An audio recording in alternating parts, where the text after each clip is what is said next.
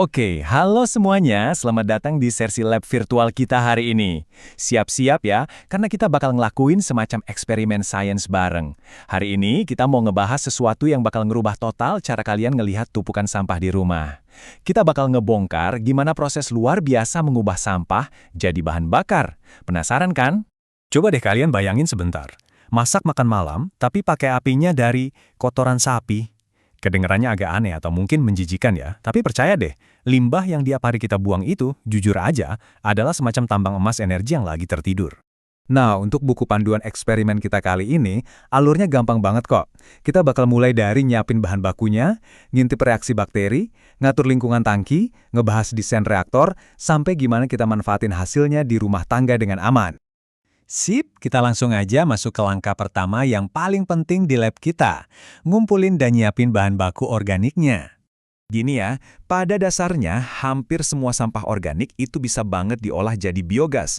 Masing-masing punya rasio karbon dan nitrogen yang beda-beda. Kalian bisa pakai limbah kotoran ternak, sisa panen pertanian kayak jerami, tanaman air macam eceng gondok, sampai sisa sayuran dan sampah dapur dari rumah kalian sendiri. Tapi ada satu fakta yang lumayan bikin kaget nih. Walaupun kotoran sapi itu primadona banget buat biogas, ternyata limbah kotoran manusia itu justru jauh lebih cepat loh terfermentasinya. Kenapa coba? Soalnya rasio karbon dan nitrogennya itu secara alami lebih rendah dan ideal, jadi proses pembentukan gasnya bisa langsung ngegas lebih cepat. Sekarang coba bayangin kita pakai kacamata mikroskop. Kita bakal ngezoom dan ngintip apa yang sebenarnya dilakuin sama para pekerja tak kasat mata di dalam reaktor kita. Perjalanan dari seonggok sampah jadi gas energi itu bukan cuma sekedar pembusukan biasa loh.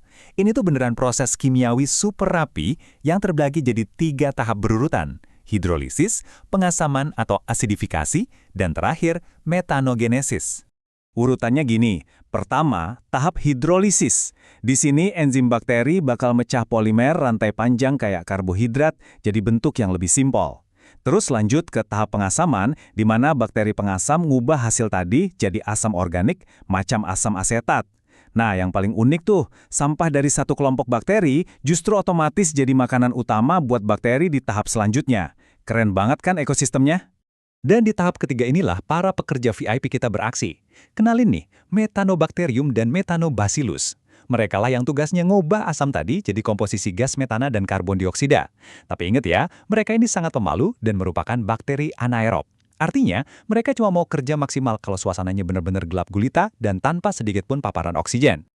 Karena bakteri VIP kita ini luar biasa sensitif, kita sebagai ilmuwan harus ekstra hati-hati ngatur lingkungan kerja mereka biar mereka tetap betah. Nah, ada 2 tipe sistem reaktor berdasarkan jumlah airnya, fermentasi basah dan kering.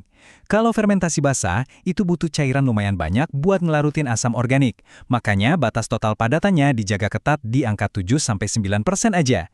Sebaliknya, fermentasi kering bisa memproses bahan dengan kepadatan di atas 15%. Keuntungannya, jauh lebih hemat energi dan nggak butuh tambahan air yang berlebihan. Terus, gimana kalau rasio karbon dan nitrogennya meleset? Kan idealnya di angka 25-30. Gampang. Sebagai instruktur lab kalian, saya kasih tahu triknya.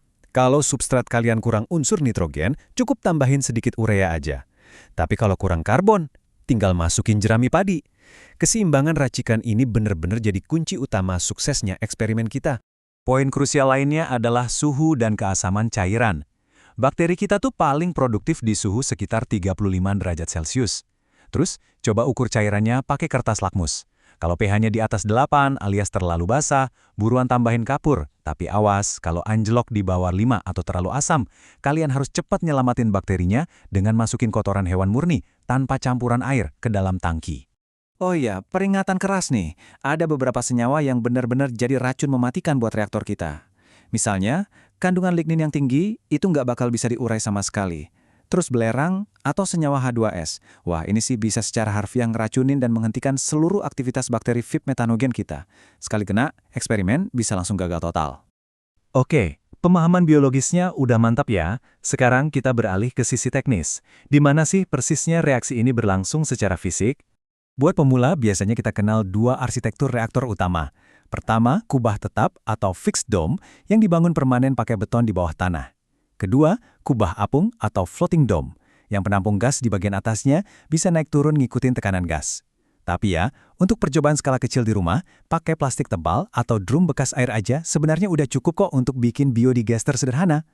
Akhirnya kita sampai di bagian paling seru. Mari kita lihat gimana hasil kerja keras bakteri kita ini benar-benar ngasih manfaat langsung buat kehidupan di rumah tangga.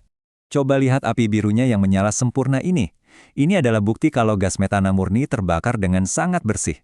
Beda dengan pabrik industri yang butuh reaktor jutaan liter, buat satu keluarga pedesaan dengan 6 anggota, punya reaktor sederhana yang ngasilin sekitar 2 meter kubik gas sehari itu udah sangat cukup buat numis dan masak makan malam mereka sendiri. Dan kegunaannya nggak cuma berhenti di kompor loh. Gas ini juga bisa dipakai buat nyalain lampu Petromax khusus biogas. Bayangin, ini bisa ngegantiin bahan bakar fosil kayak minyak tanah. Efeknya, keluarga bisa hemat uang bulanan secara drastis, dan yang nggak kalah penting bisa ngurangin beban kerja harian rumah tangga di pedesaan sampai 2,5 jam. Praktis banget kan? Mengintegrasikan sampah dapur ke sistem biogas ini benar-benar ngasih keuntungan ganda. Pertama, jelas kita dapat energi bersih terbarukan secara gratis. Kedua, produk sisa dari dalam tangki, yang bentuknya lumpur atau slurry itu, ternyata nutrisinya jauh lebih unggul dari pupuk kompos biasa loh. Buat para petani, ini ngasih tambahan keuntungan ekonomi yang luar biasa besar buat lahan mereka. Eits, jangan buru-buru. Sebelum kita beneran nutup sesi lab hari ini, kita wajib banget ngebahas prosedur keamanan dan perawatannya. Kalau kalian baru aja kelar masang instalasinya, ada uji wajib nih. Pembakan udara sampai meteran di tekanan menunjuk angka 80 cm, terus pantau selama 2 jam. Kalau tekanannya turun jauh, awas, berarti ada pipa yang bocor. Jangan lupa juga rutin bersihin kompor biar apinya tetap biru. Dan pastikan reaktornya kedap udara absolut. Kenapa? Karena ingat, kalau ada oksigen yang menyusup masuk, proses pembentukan metananya bakal langsung berhenti saat itu juga.